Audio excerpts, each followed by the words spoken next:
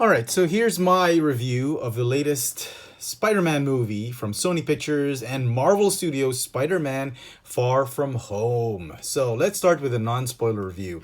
It's a great movie. It's a great Spider-Man film. If you're a big fan of Spider-Man in the MCU, in the comic books, you're gonna love this movie. There is a great mix of action, adventure, comedy, drama, and all of that. Everything you love about Spider-Man is in this movie. The actors were amazing, perfectly cast.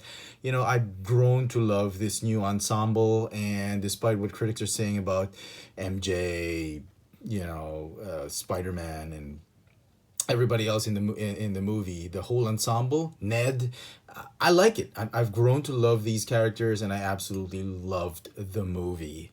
You're going to have a great time watching it. There's going to be a lot of twists, surprises, and a lot of special effects, and a lot of Spider-Man. And I say this because it's really the heart of Spider-Man that's being focused on this movie. It's not so much the gimmicks, the special effects, the adventures in the MCU and the characters and all that, but really who Spider-Man is, which really comes from the same theme that they began with Homecoming. Homecoming was the beginning of Spider-Man. It was a definition of who Spider-Man really was. And here in the same movie, they follow the same vein, and they're very successful with it. So it's a great film. Hope you can see it with your family, with your friends. Wonderful, wonderful film. It's amazing what Disney and Marvel Studios can do to revitalize a franchise like Spider-Man. Now for my spoiler review. Let's talk about what I liked and what I did not like in the movie. What I liked about the movie is, if you read enough comic books and you watch a lot of movies, you know that this Mysterio guy is never going to be a good guy. I was kind of hoping, a little bit inside me, that I was kind of hoping he'd be like a twist in the MCU, because Disney and Marvel love doing that he'd actually be a good guy, but is way too predictable that he's just going to, it's all going to be illusions, all of that, and he's just trying to push his agenda. The agenda was a mystery, pun intended. And, despite having the movie's premise quite predictable, I like the fact that it was a mystery as to what Mysterio's intentions were. And being that Mysterio, I thought, wasn't such a big deal in the comic books, he was okay. But here, he was like an alpha class villain. And I was very surprised at how Marvel and Sony made him out to be a very powerful villain. And I was beginning to worry how Spider-Man was going to recover from this. And he does so in a very incredible way. It's another movie talking about him defining himself, making a stand, and him taking on the role of who Spider-Man should be. And it's the same vein, like I mentioned in the first movie, that he does become, he beats the villain, not because of gimmicks and all that, but because of who he is. He just believes in himself and his friends and those who support him. That's how he defeats the villain, the bad guy, and that's how it is in the comic books. And I love that. I love how the chemistry of these guys were. I absolutely enjoyed it. It was amazing. It was funny. There were a lot of moments where I was the only one laughing in the theater. None of them could get the jokes, but I thought it was funny, and at the same time tense and thrilling. And now, for the longest time, since the MCU started, Iron Man had been the poster superhero for the studios. Iron Man was a flagship character for the MCU, and if you look back at the Marvel Comics, most iconic character and flagship character had always been Spider-Man. Just like with DC, it's always been that Superman.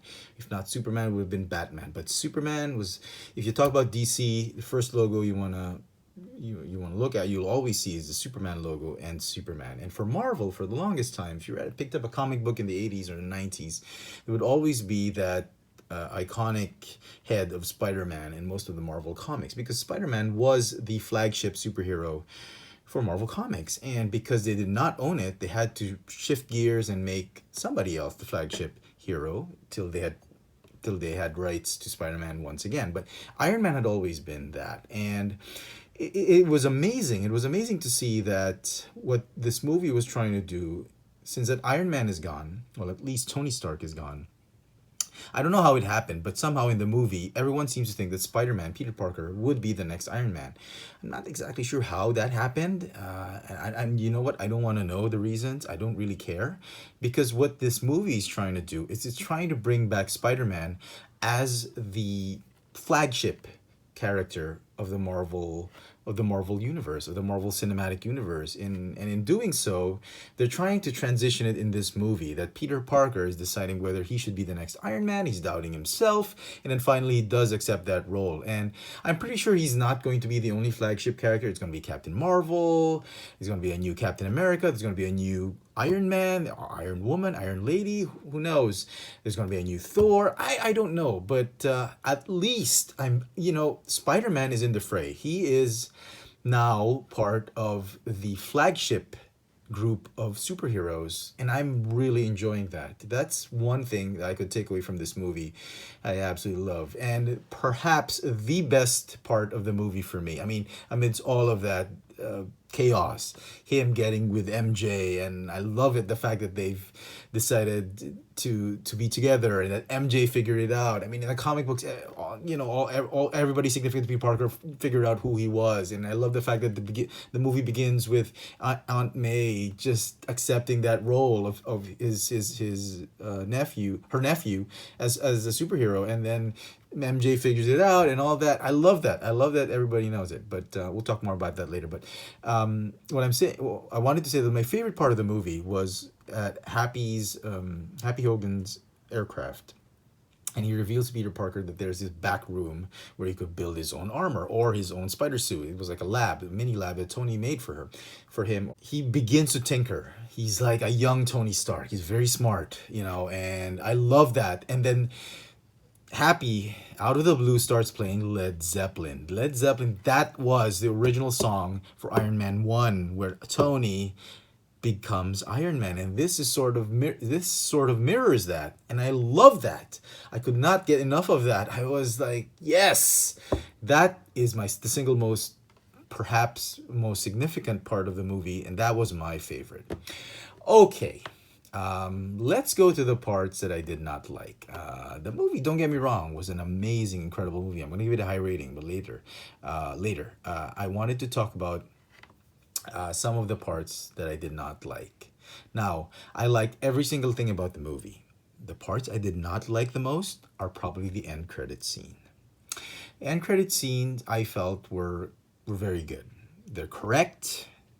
It's very comic book accurate to a certain extent, and it's probably the correct decision to put them in. However, personally, on a personal note, I felt I really did not like it. Perhaps the timing wasn't right.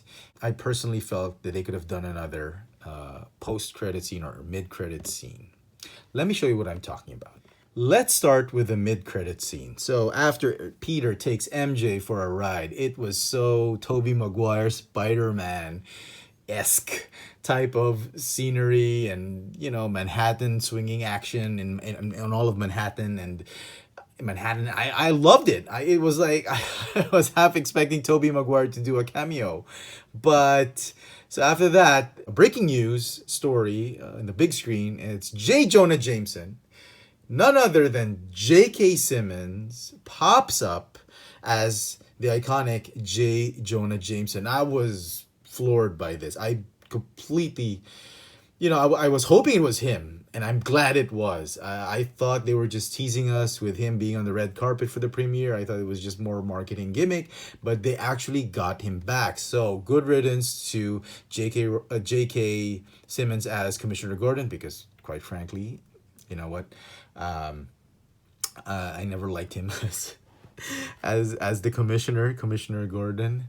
But I'm glad he's back with Marvel, and he looked older, of course, but he's back, and he's for the most. You know what? In the comic books, Spider-Man's biggest enemy, biggest foe, is not the Sinister Six or whatever, or Mysterio for that matter. It's J. Jonah Jameson, who's out to bring down the wall crawler. And he reveals a video, a doctored video by Mysterio, revealing that Mysterio was from another dimension, and that Spider-Man was bad, and Spider-Man wanted to kill everybody, and that Spider-Man's real name was Peter Parker. And I was like, oh my God, this is too much. I was thinking, the guy's been through a lot. Why do this now? Can't we just end on a very happy note for this movie? And Spider-Man is always followed by a string of bad luck every single time in the comic books, in the movies and all that. And come on, give the guy a break. You know what I would have appreciated? Yes, J. Jonah Jameson being back. And in the comic books, there was this Mysterio actually tried to broker a deal with J. Jonah Jameson to reveal the identity of Spider-Man. You know what?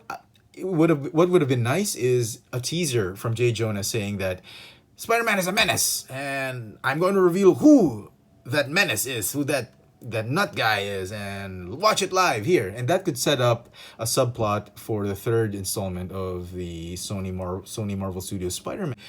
Because they've already revealed that, Mysterio in that video says the identity of Spider-Man is Peter Parker, you risk painting yourself in a corner, and you'll have to go with that and start the next movie with Peter trying to establish that he's not Spider-Man, and his friends and cohorts trying to help him out and say that he's not Spider-Man because we saw him in the same room with Spider-Man, so he couldn't be Spider-Man and all that. And Peter in the comic books has always tried to do that and prove to everybody that he's not Spider-Man. And that's how the next movie will probably begin. And it's a shame because if they'd left it as a cliffhanger that J. Jonah Jameson is up to no good, I would have been very happy with that. If it ended that way, that yes, J. Jonah Jameson is back, the fiercest foe of Spider-Man, and Spider-Man is like, oh, more bad luck. But it's not completely bad because nobody knows his identity. But then they reveal his identity and he's like, oh my goodness. It kind of mirrors the end credit scene in the first movie where May finds out that he is Spider-Man. Now the whole world finds out that he's Spider-Man. I just wish they gave him a break, and it didn't really sit well with me. And I was like, come on, the guy's been through a lot. Okay, so... the post-credit scene, there were two scenes. That was a mid-credit scene. The post-credit scene were Nick Fury and Maria Hill riding in a car, and then Maria Hill becomes Soren, and Nick Fury becomes Talos. And the Skrulls are back on Earth. After that stint with Captain Marvel, they're back. And I was like, come on. No wonder Nick Fury wasn't his old self. I thought it was just, some jet lag from being blipped back or whatever.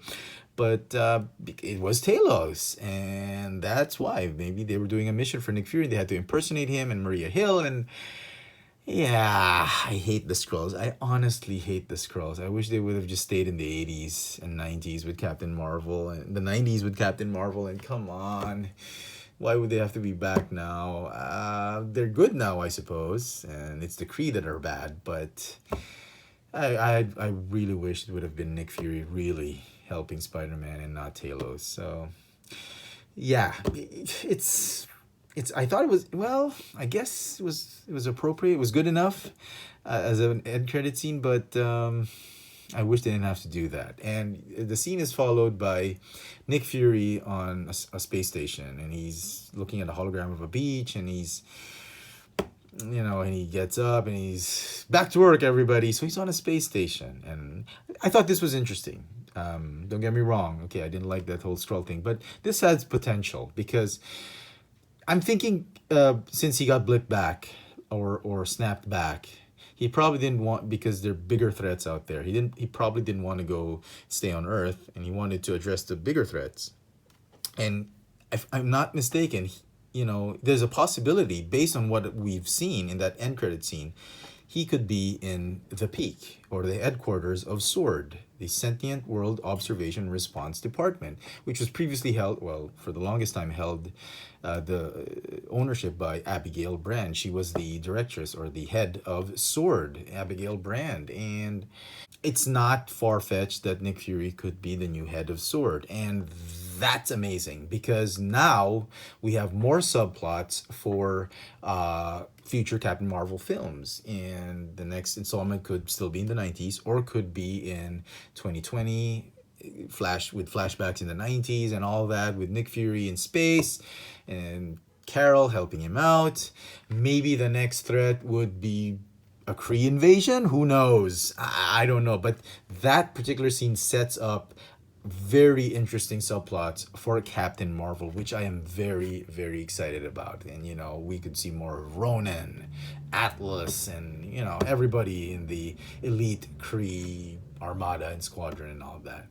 Okay, so that's the end credit scene. Now, to be quite honest, this is what I would have appreciated more. There was Sony had hinted on working on a Sinister Six project, a standalone film. Now they don't have to do that. They could put the Sinister Six tie-in into perhaps the third installment of Spider-Man. I wished there would have been more tease of the Sinister Six, like when the Vulture was in jail and he's talking to, I don't know, who was he talking to? Sandman or the Rhino or Electro. I don't know, Doc Ock, but it would have made my day that this would have been the end credit scene. Some tease of an upcoming Sinister Six introduction into the MCU Spider-Man universe. This would have completely blown me away. I would have completely forgotten about that Mysterio tape J. Jonah Jameson mid-credit scene, and I would have given the movie a perfect score. We already have Mysterio. We have the Vulture. Oh, come on. I mean, this would have been amazing. So, quite frankly, had they just not revealed Peter's identity and just kept it the J. Jonah Jameson subplot, that him wanting to reveal who the identity of the wall crawler is or the webhead is, and then a tease on the Sinister Six, maybe have Nick Fury in the Sword headquarters orbiting Earth, and he could be like monitoring 5 other individuals or 4 other individuals together with Mysterio, and monitoring them in jail or something that they're planning or something like that. Some other superpowered villains like the Sandman or something like that. That could have been nice. So we get the subplot of Sword for Captain Marvel, and then we get the Sinister Six, or maybe Peter just happens to watch some news about an upcoming villain or something like that, and maybe even the Sinister 60, who knows, right? Now that Marvel is really getting their hands into the Spider-Verse, and I don't think it would be a far-fetched thought if somewhere down the line, since they already acquired Fox, they might come and acquire Sony as well, who knows. But that's that, and the movie is going to get a 9.5 out of 10 for me. I thought the movie was amazing all throughout. The only gripes I have were the mid-credit scene and end-credit scene. I wish they didn't have to be so tragic or too problematic for Spider-Man. I mean, they're trying to do it the comics way. I get it. I totally understand it. Just personally didn't sit well with me. I just thought they could have given Peter a break and maybe gave us some hope for a Sinister Six. So there you go, folks. I hope you've enjoyed my little movie review of the latest Spider-Man film, Far From Home, from Sony Pictures and Marvel Studios and Disney. And if you did, please let me know in the comment section below. Let me know your thoughts, theories, and suggestions of how the movie could have been even greater or better than it already is. Hit the notification button and notification bell so that you never miss out on any of my upcoming videos. And until next time, thanks for watching.